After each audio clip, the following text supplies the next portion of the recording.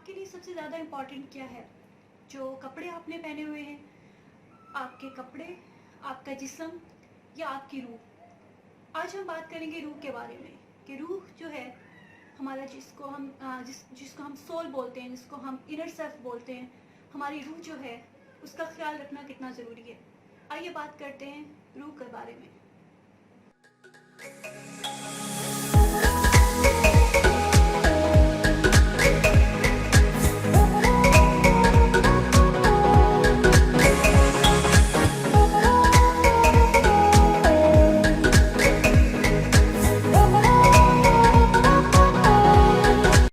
پرانے وقتوں کی بات ہے، کسی ریاست کا ایک بادشاہ تھا۔ اس بادشاہ کی 4 بیویاں تھیں۔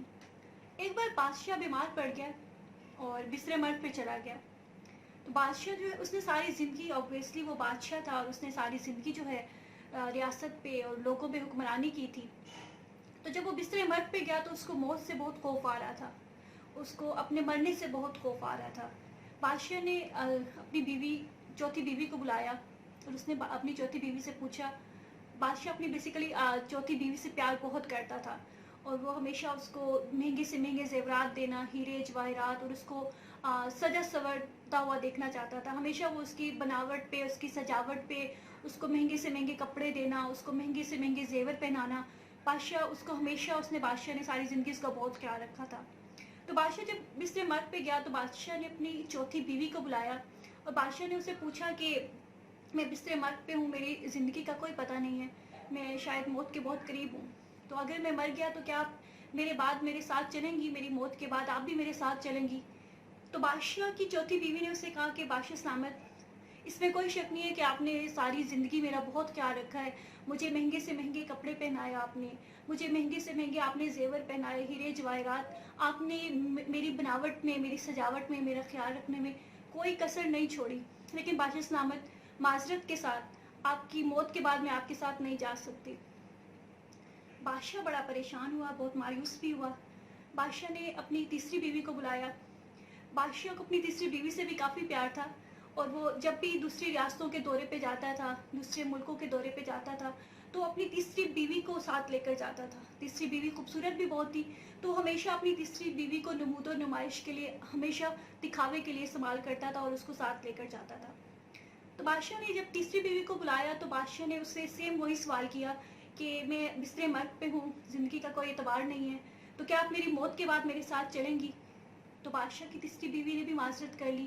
اس نے کہا کہ معذرت کے ساتھ، میں نے ہمیشہ، آپ جہاں بھی گئے ہیں میں آپ کے ساتھ گئی ہوں، لیکن اس بار جو ہے میں آپ کے ساتھ نہیں جا سکتی، بلکہ آپ کے جانے کے بعد، آپ کی وفات کے بعد میں کسی اور سے نکاح کر لوں گی۔ تو بادشاہ بہت مایوس ہوتا ہے۔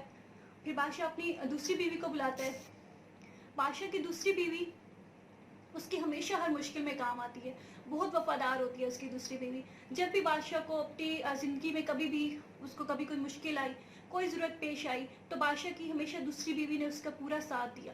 تو بادشاہ کو پوری امید تھی کہ اس بار بھی، اس مشکل میں بھی اس کی دوسری بیوی جو ہے وہ اس کا ساتھ نہیں چھوڑے گی۔ چوتھی بیوی نے منع کر دیا ہے، تیسری بیوی نے منع کر دیا ہے، لیکن بادشاہ کو یقین تھا کہ میری جو دوسری بیوی ہے یہ مجھے منع نہیں کرے گی، کیونکہ اس نے ساری زندگی مجھے کسی مشکل میں منع نہیں کیا۔ تو بادشاہ اپنی دوسری بیوی سے پوچھتا ہے کہ میں بستر مرگ پہ ہوں، زندگی کا کوئی اعتبار نہیں ہے، کہ آپ میرے مرنے کے بعد میرے ساتھ چلیں گی؟ تو دوسری بیوی بھی منع کر دیتی ہے، اس کو کہتی ہے بادشاہ سلامت، ہمیشہ ہر مشکل میں آپ کا ساتھ دیا ہے، لیکن اس بار شاید میں آپ کا ساتھ نہ دے سکوں۔ ہاں، میں اتنا کر سکتی ہوں کہ آپ کی تدفین کا اہتمام کروں گی، آپ کا جنازے کا اہتمام کروں گی، آپ کو قبر تک چھوڑ کے آؤں گی، لیکن اس کے بعد میں آپ کے ساتھ نہیں جا سکتی۔ تو بادشاہ کافی مایوس ہوتا ہے۔ اتنے میں بادشاہ کو پیچھے سے آواز آتی ہے کہ میں آپ کے ساتھ چلوں گی۔ بادشاہ مڑ کے دیکھتا ہے تو وہ اس کی پہلی بیوی کی آواز ہوتی ہے۔ بادشاہ اپنی پہلی بیوی کو دیکھ کر بڑا شرمندہ ہوتا ہے، کیونکہ اس نے اپنی پہلی بیوی کا کوئی اتنا خاص خیال نہیں رکھا ہوتا، کبھی اس کا اتنا خاص خیال نہیں رکھا ہوتا، اس پہ کوئی خاص توجہ بھی نہیں دی ہوتی۔ تو بادشاہ اپنی پہلی بیوی کو دیکھ کر بڑا شرمندہ ہوتا ہے اور دل میں سوچتا ہے کاش میں نے اپنی زندگی میں، جب میں صحت مند تھا، جب میں ایک منصب پہ تھا، بادشاہ تھا، تو کاش میں اپنی اس پہلی بیوی کو خیال رکھتا، اس کی کیئر کرتا۔ میں نے ایسا نہیں کیا۔ اس بادشاہ کی طرح ہم سب کی بھی 4 بیوی ہیں۔ ہماری پہلی بیوی ہمارا جسم ہے،